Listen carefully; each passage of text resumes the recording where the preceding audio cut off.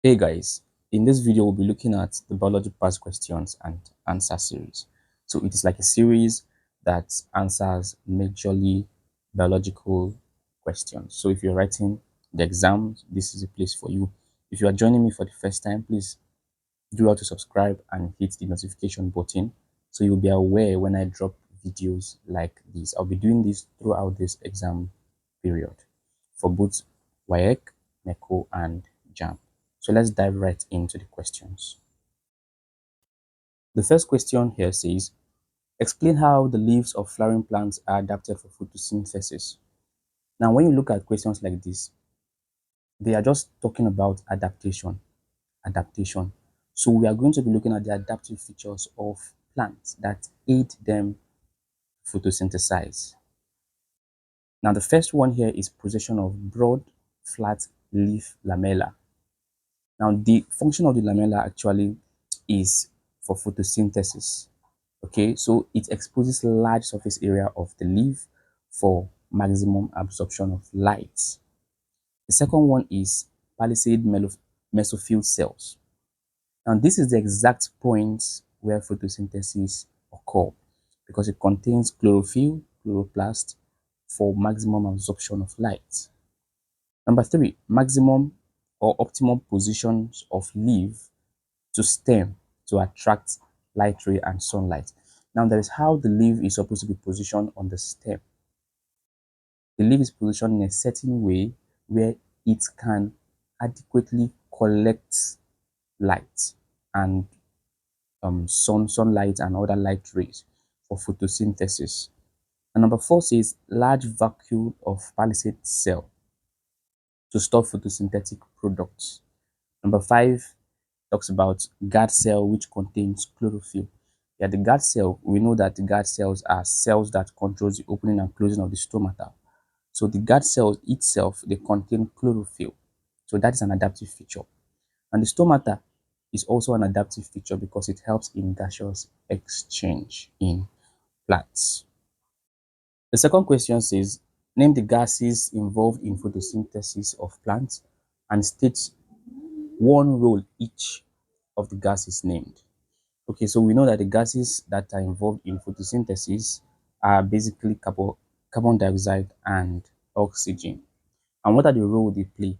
Carbon dioxide is used to manufacture food. So carbon dioxide is the raw material for manufacturing of food that can come in form of glucose, starch, and so on.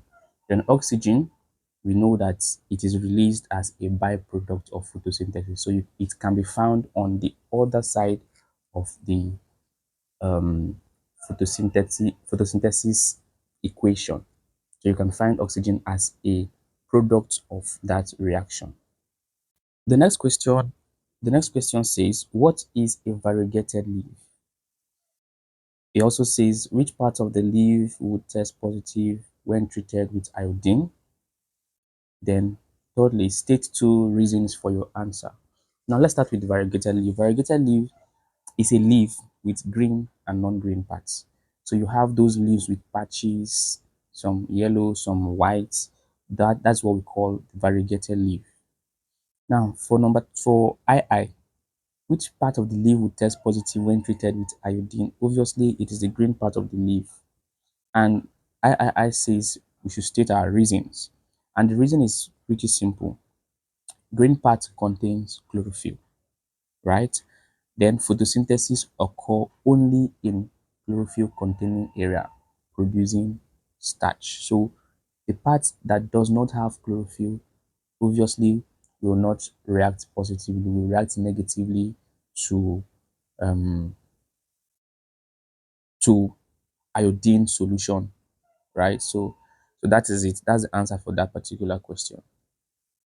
The next question says, state one way in which chlorophyll is important to plants. Now, to answer that question, the major importance of chlorophyll to plants is that it absorbs light energy needed for photosynthesis. So, chlorophyll is actually what absorbs light energy that is needed for plants to produce their own food. And the second question here says, name two macro elements that is required for the formation of chlorophyll. We have nitrogen and magnesium. Now they added that we should state one deficiency symptom of each of the macro elements that we have mentioned.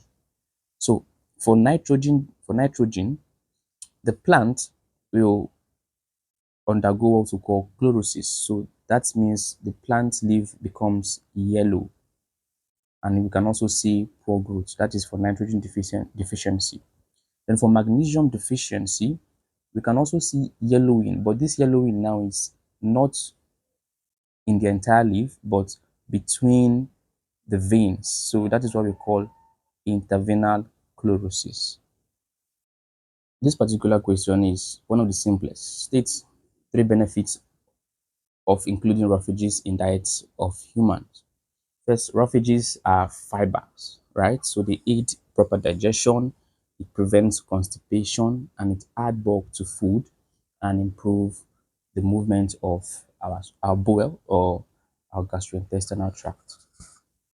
The last question for this series says name one mineral element each needed for the proper functioning of eye, the bones, II, red blood cells, III, thyroid gland. Now for the bone, we know that the major mineral needed by the bone is calcium. For red blood cells, we need iron. Now that is important for binding of oxygen. So the iron content of the hemoglobin helps to bind oxygen. Then thirdly, we have the thyroid gland, and the essential mineral element needed by the thyroid gland is iodine.